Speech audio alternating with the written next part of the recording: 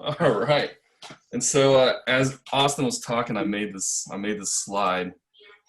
Um, there's us. There we are. And so we want to talk about two of the most powerful weapons to look at the brain. The SPECT scan, and what I use is the Neuro Scan. So Dr. Hensland has looked at a bunch of different SPECT scans. He'll show some tonight, and I've been looking at Neuro Scan. So we're going to put those two worlds together when it comes to hemp. If you guys know what a SPECT scan is, this is from one of my other slides that I presented before.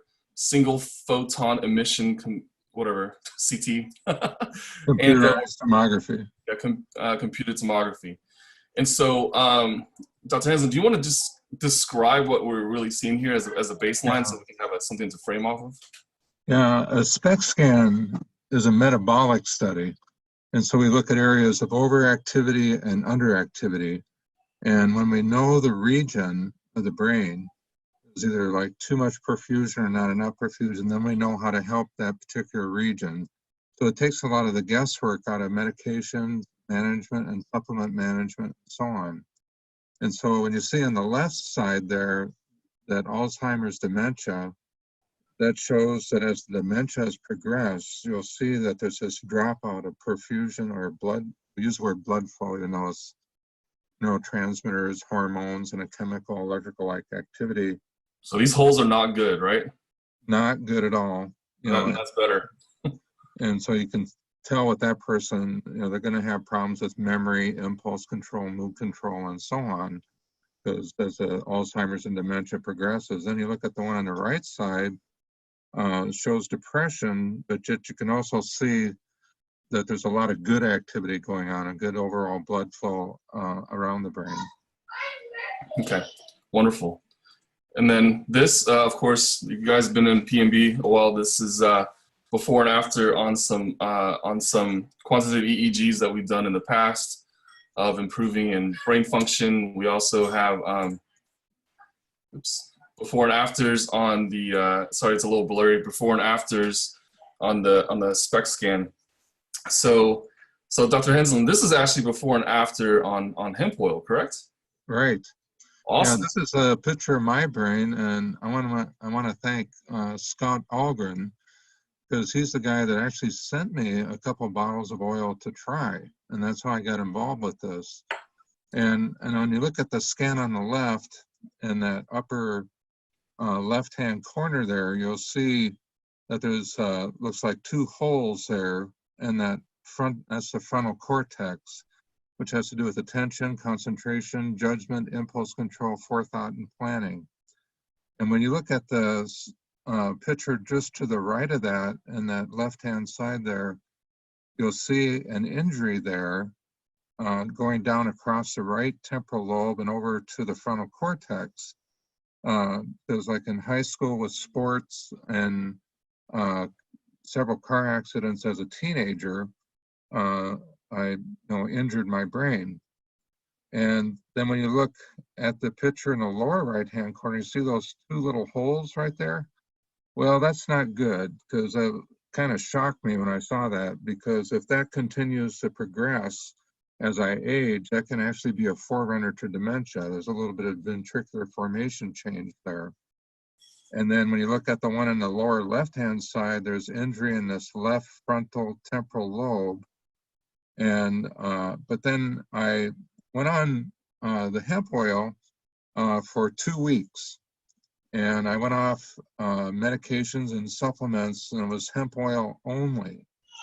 And so what was so exciting to see was what we call improved perfusion, or blood flow throughout the whole brain. And you can see that change in the frontal cortex. And one of the things about the frontal cortex, the executive part of the brain, dopamine is the main neurotransmitter in that region of the brain. And I normally take a medication called Adderall to help with focus and attention. But you can see that hemp oil by itself improved the perfusion in that region of the brain. So it was actually enhancing what dopamine is there. Now, today, I've continued to use the oil, and actually use about 75% less Adderall than before. I still use some, but not like I was before. And then when you look in the on that right side, in that upper, well, lower right-hand corner there, where those, notice how those two holes are filled in, and that surface view, which was really exciting for me because I haven't seen anything within just a couple weeks make that kind of change.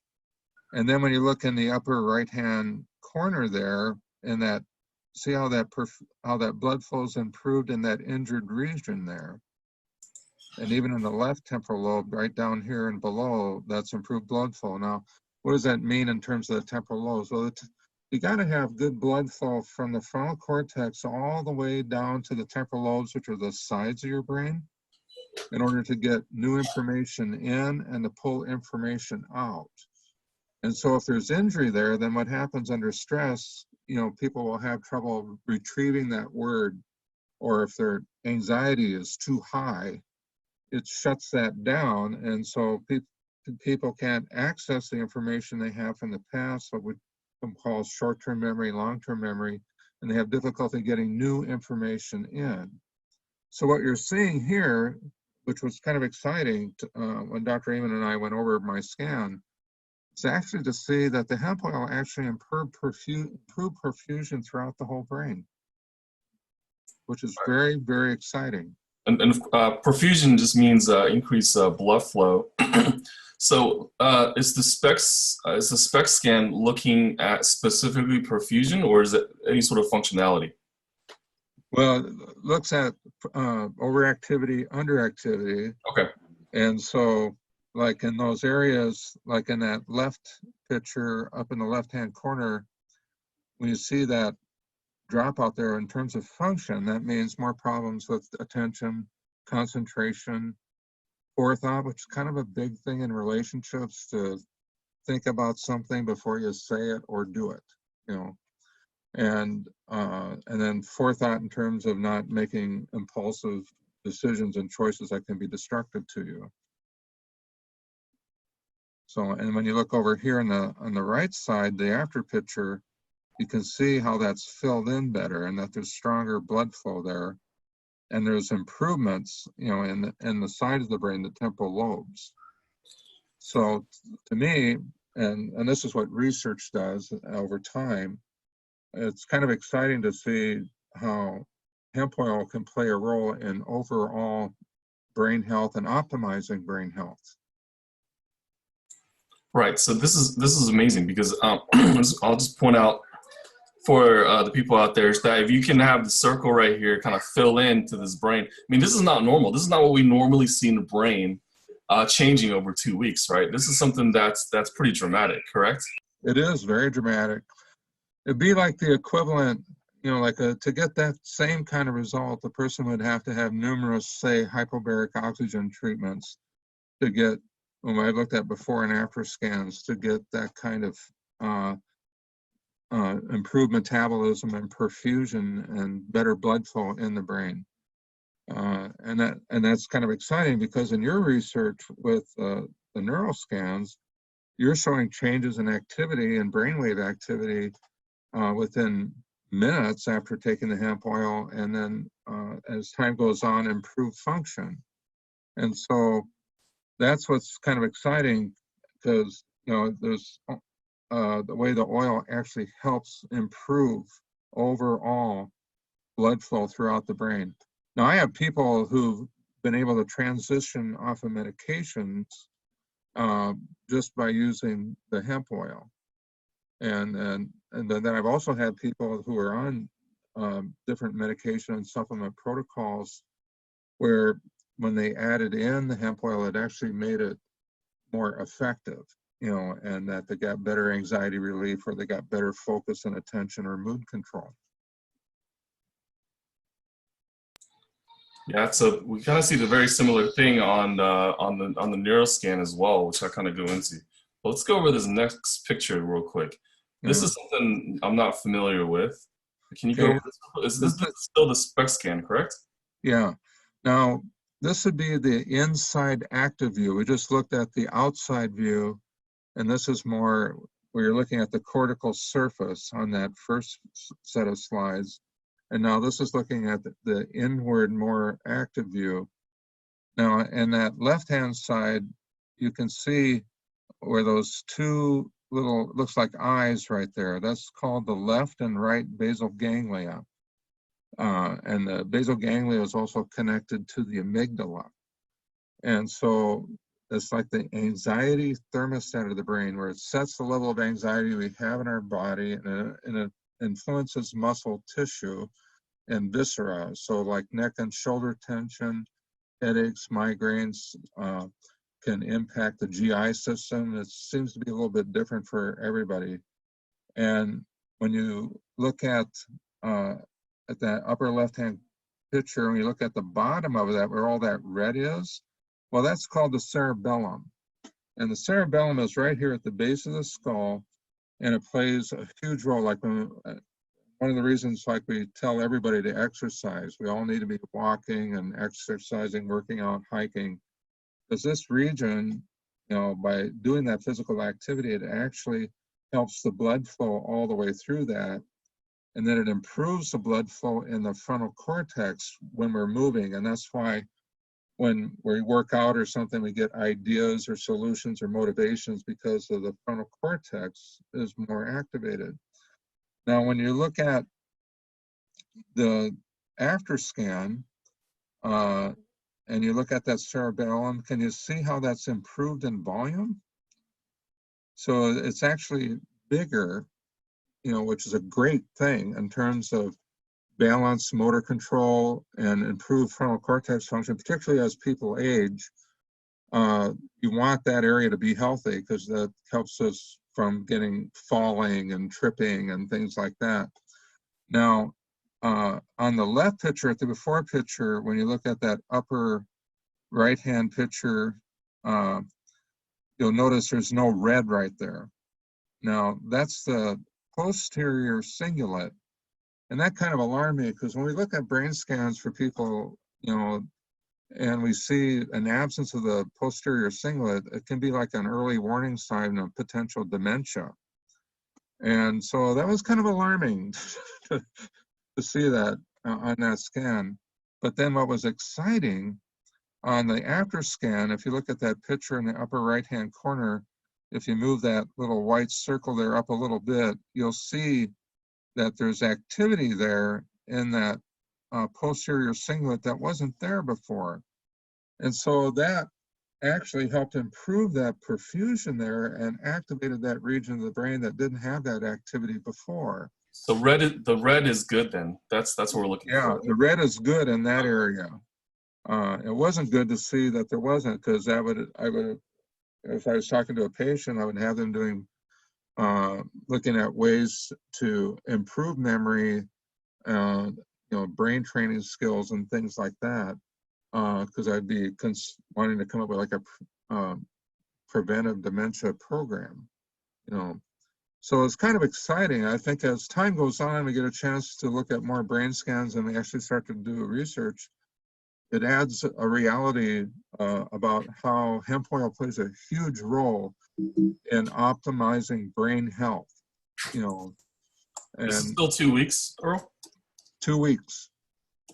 Wow. Okay. So yeah, that was what was really staggering to me, was to see that kind of change just in 2 weeks. So yeah, it looks like you have more activity over here, and then and basically you're seeing areas light up that they didn't before, even just after 2 weeks, right? Right. And then when you look at that basal ganglia that looks like eyes right there on the right side, here. Yeah, that's on the left side there. That's before picture. And you look at the right side, it's actually smaller, which means there's less anxiety on that right side. Now, when I did this and went on this protocol with the hemp oil, I didn't tell my staff, because I was just kind of curious as to what would happen. And when I got the after scan, I brought them both up. The guys that work with me, they just started laughing. And they said, the last couple of weeks, we were wondering what in the world was going on with you, because you were kind of freakily, eerily calm. One guy wanted to give me a dose of Adderall to make sure I was still awake. But he said, but yet you were listening and processing information and handling things Right. like you normally do. So this But yet, correlated with you improving clinically, like your brain function, right? right, That's amazing. yeah.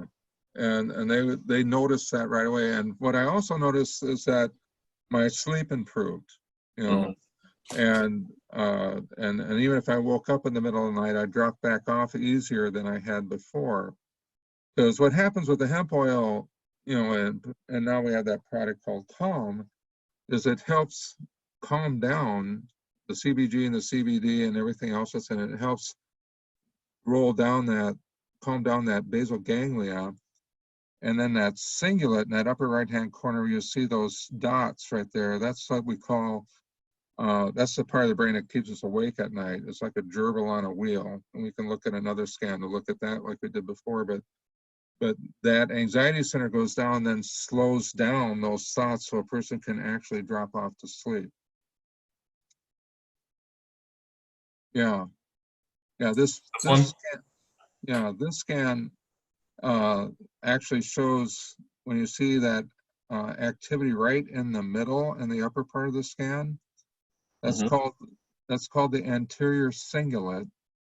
And if you draw a line from that down to the basal ganglia, and then down to the limbic system, which looks like a nose right there. Hmm. And then you go back up to the other eye and then back up here. See how that forms a diamond? Hmm. Well, that diamond pattern is what we call PTSD, you know, and we can actually see that on a scan.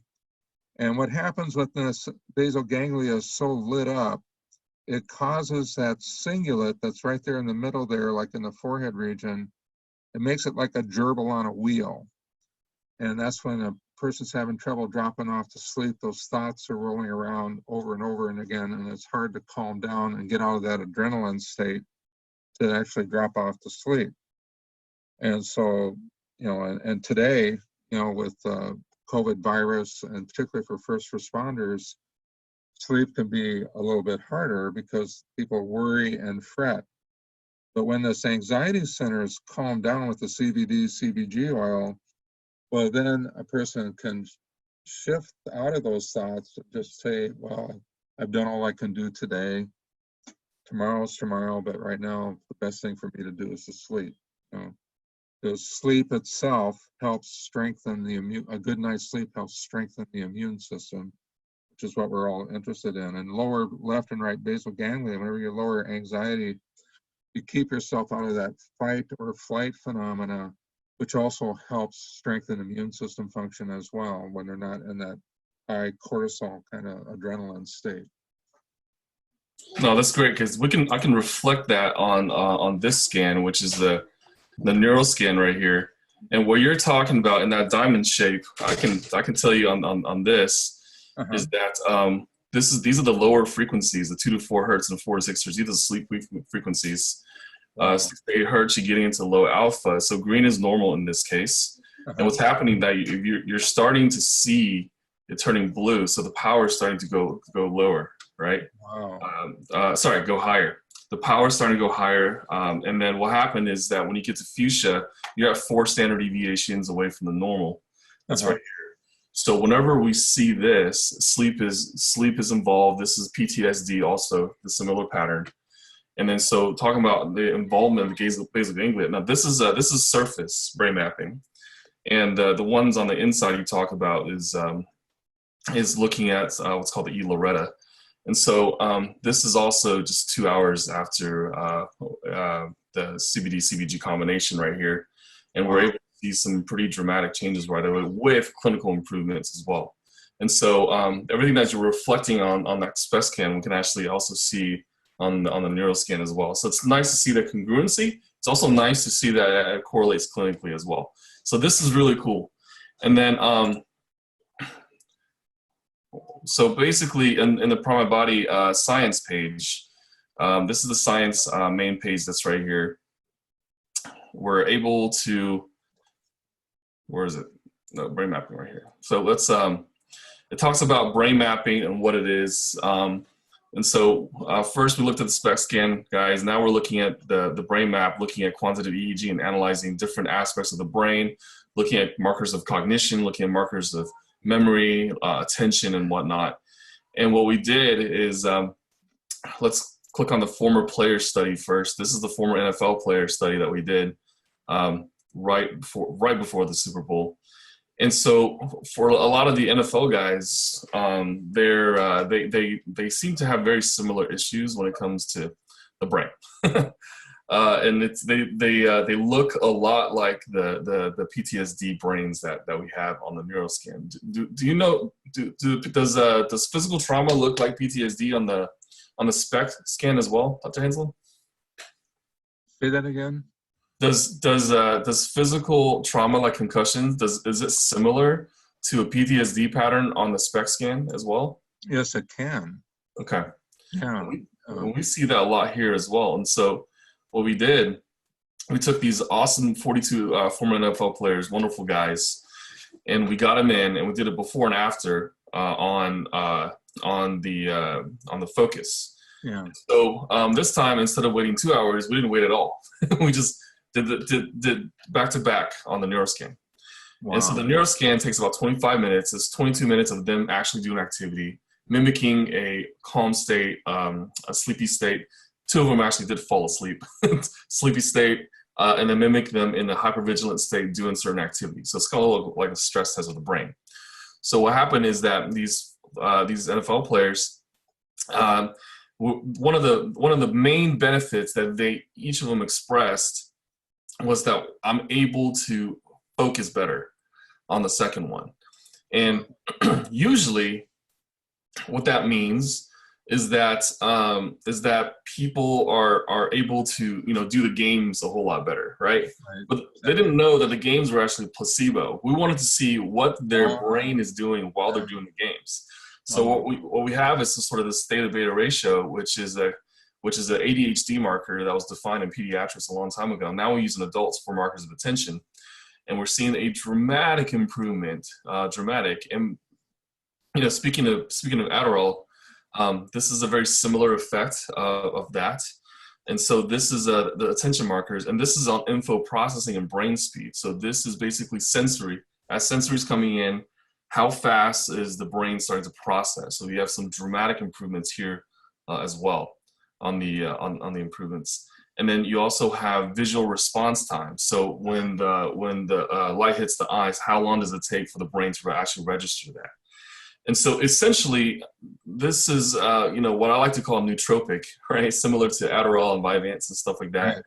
And so we're seeing these similar patterns, on these neural scan patterns, just like what you see on the SPECT scan. So that's really cool. Because what it says is that the hemp oil is actually improving perfusion in that whole frontal cortex area.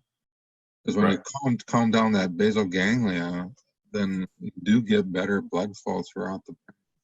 Right. That's exciting. Yeah. And so what's even more exciting for me is quality of life. Right. Is let's take away the former players and let's look at some military vets here on the quality of life. Is it working? Let me go back to the science page, go from there, go to quality of life study. Come on, page, load up.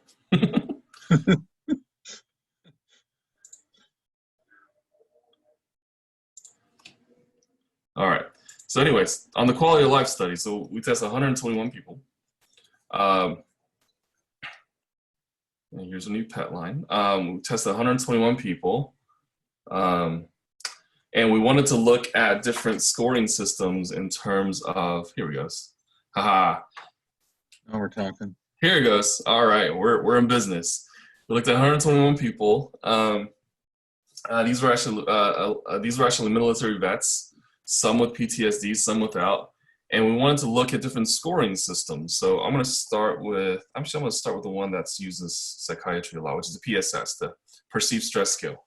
Uh-huh. So yeah, the PSS. If you look at this, I mean that's a dramatic improvement from month 0 to month 1, month 1 to month month two to month three, with all statistical significance from each month to the next. So I actually didn't expect this, because I expected the curve to flatten a lot earlier. I expected, maybe month one people were doing well, maybe between month two and three not so well, but we're seeing that that's not the case. So people do better as the time goes on, which is awesome. So this is called a perceived stress scale, guys, and basically it's a scoring system of perceived stress.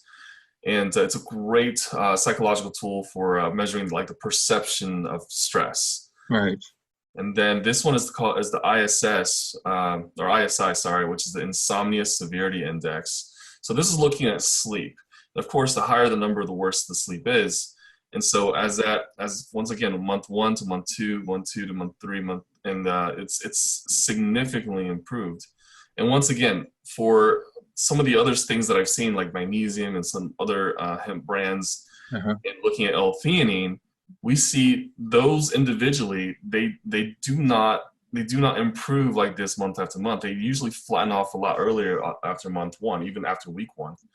And so so this is really exciting to see, and this makes sense kind of based on what we see in the brain perfusion on the SPECT scan, what we see on the QEEG on the Neuro Scan, right?